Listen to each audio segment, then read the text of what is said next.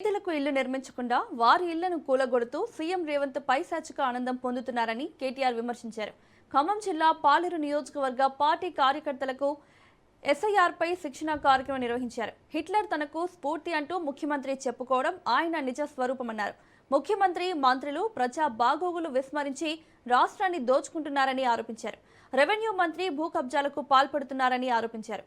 ఎన్నికలు ఎప్పుడొచ్చినా గెలిచేది బీఆర్ఎస్, పార్టీ కార్యకర్తలు అంకిత భావంతో పనిచేయాలన్నారు. ఆయన అంటాడు అందులో, ఐ డెమాలిష్డ్ లైక్ ఎనీథింగ్. ఇష్టం వచ్చినట్టు కూలగొట్టినా మేం చేసిన demolition compare with Iran, Israel. ఎవడన్నా బుద్ధిన్నోడు నాకు రావణాసురుడు, నరకాసురుడు స్ఫూర్తి అంటాడా? వాడే ఆదర్శం అంటాడా? మరి అట్లాంటి వాడు హిట్లర్. వాళ్ళకి మించిన రాక్షసుడు హిట్లర్. అట్లాంటి హిట్లరే నాకు ఆదర్శం. ఆ హిట్లర్ నాకు ఆదర్శం ఈయనకు వచ్చిరాని బట్లర్ ఇంగ్లీష్ లో మళ్ళీ గొప్పగా చెప్తా ఉన్నాడు. చెప్పడమే కాదు, నేను కూలగొట్టేసిన, మొత్తం విధ్వంసం చేసిన అన్నాడు.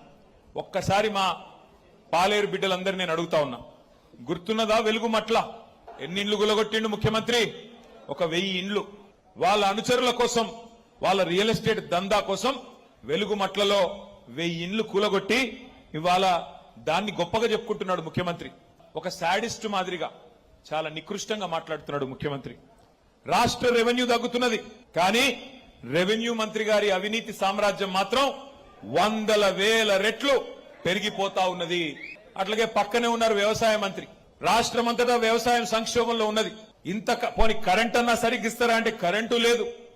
అట్లాగే మరి మీరు రైతు బంధు ఇవ్వకపోయినా, రైతు బీమాకి డబ్బులు కట్టకపోయినా, యూరియా ఇవ్వకపోయినా, కష్టపడి ఆరుగాలం కష్టపడి రైతు పంట పండిస్తే 60 రోజుల పాటు కనీసం ధాన్యం కొనే దిక్కు లేదు. వ్యవసాయం సంక్షోభంలోకి పోతా ఉంటే వ్యవసాయ మంత్రి గారి అక్రమాలు మాత్రం రోజుకొక్కటి బయటకు వస్తా ఉన్నాయి. ఒకవైపు రాష్ట్ర ఆర్థిక వ్యవస్థ కుప్పగొలుతుంటే ఆర్థిక మంత్రి, డిప్యూటీ సీఎం గారి ఆదాయం, కమిషన్ల దందాలు మాత్రం జోరుగా జరుగుతా ఉన్నాయి.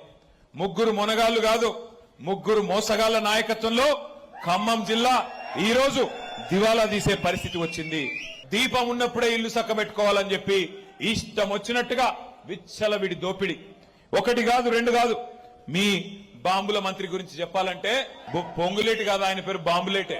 ఆయన గురించి చెప్పాలంటే ఎంత సంపాదించాడంటే, ఆ నోట్లు లెక్కబెట్టే మెషిన్లు ఉంటాయి చూడు, నోట్లు లెక్కబెట్టే మెషిన్లు కూడా అలసిపోయేంత అక్రమ సంపాదన మీ మంత్రి గారు. 1 కాదు 2 కాదు, తెగించినాడు. 1000 కోట్లు కొల్లగొట్టి సెప్టెంబర్ 28, 2024, ఇంకో 4 నెలలు అయితే 2 సంవత్సరాలు గడిచిపోతుంది. ఈడీ వచ్చి పొంగులేటి గారి మీద రైడ్ చేసింది. నోట్ల కట్టలు లెక్కబెట్టే మెషిన్లు 1 కాదు 3 మెషిన్లు లోపలికి తీసుకెళ్తున్నారు సిఆర్పీఎఫ్ బలగాలు అని. ఎక్కడ పోయినా ఈ 100 కోట్లు దొరికిన 100 కోట్లు చెప్పగలరా ఎవరన్నా? ఇటు బీజేపీ వాడు మాట్లాడాడు, అటు కాంగ్రెస్ వాడు మాట్లాడాడు, అటు ఈడీ వాడు కనీసం ట్విట్టర్ లో ఒక ట్వీట్ కూడా పెట్టాడు. ఏ కారణం చేత 2 ఏళ్లైనా ఎందుకు మరి ఆ రైడ్ మీద ఒక్కటంటే ఒక్క స్టేట్మెంట్ కూడా బయటికి రాలేదు.